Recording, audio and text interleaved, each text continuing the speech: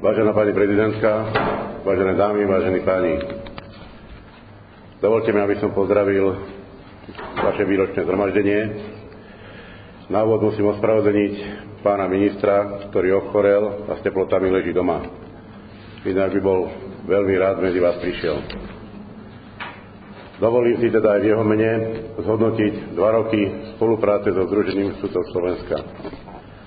Ministerstvo spravodlivosti ponúklo po výmene vedenia spoluprácu pri riešení problémov justície a sudcov. S radosťou vám oznamujem, že po schválení zákona o súdoch sa zrušila osobná zodpovednosť sudcu majetkom za nesprávne rozhodnutie. Je to sľub, ktorý minister voči vám plní. Rovnako sme splnili požiadavku navýšenia počtu sudcov.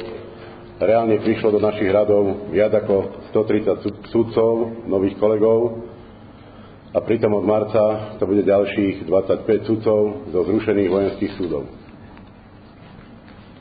Netreba zabúdať, že sme sa zasadili o doplatenie 14 platov a zachovanie ich vyplácania. Tým sa snažíme zabezpečiť a stabilizovať materiálne zabezpečenie sudcov.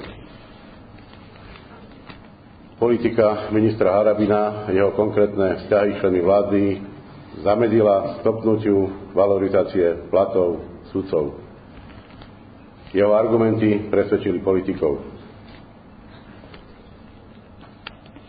Rovnako určite ste postrehli, že minister už nebude môcť odvolávať žiadneho predsedu súdu bez odobrenia súdnou radou.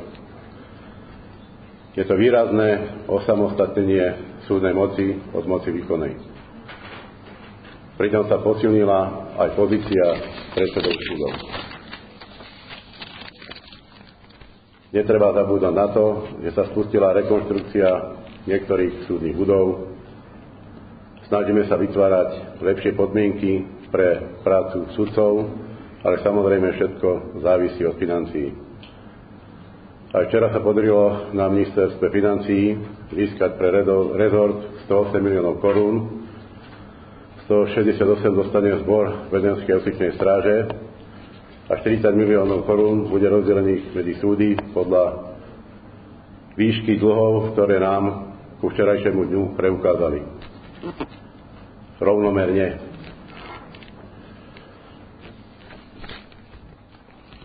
Chcem vyzvať Združenie sudcov na spoluprácu v tom smere, aby sme si nedávali nejaké odkazy cez médiá, aby sme si korektne sadli, vydiskutovali určité problémy, ktoré máme. Narážam na vyhlásenie ohľadne vojenských súdov. Náš názor je taký, že niekto nemôže robiť 3 veci mesačne a vy všetci ostatní robíte 20-25 vecí a viac. Tie 3 veci mesačne vojenskí sudcovia robili, keď ešte im patrili aj policajti. Myslíme si, že sudcovia musia v prvom rade súdiť, vybovať agendu a tak, aby každý rovnako tú agendu vyboval.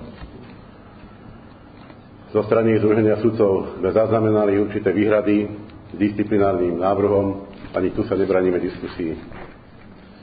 Minister doteraz podal 3 disciplinárne návrhy, ale čo je najdôležitejšie je to, že neotvárame televízne spravodajstva s tým, že medializujeme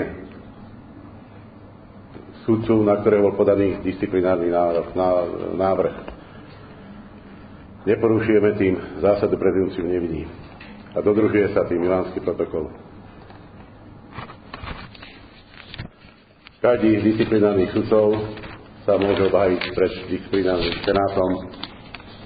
Sme sudcovia a myslím si, že nie je vhodné, aby sme naše problémy riešili cez médiá. Ministerstvo sa nebráni diskusii so Združením sudcov na akúkoľvek tému. Všetci sa zhodneme aj v tom, že nie všetci kolegovia si plnia povinnosti tak, ako im to ukladá zákon. Kľudne o tom diskutujme, vytvorme si pracovné skupiny a spoločne riešme tieto problémy.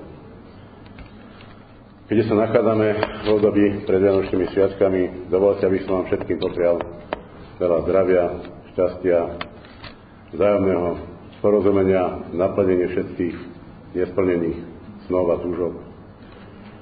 A v novom roku vám želám veľa úspechov. Ďakujem.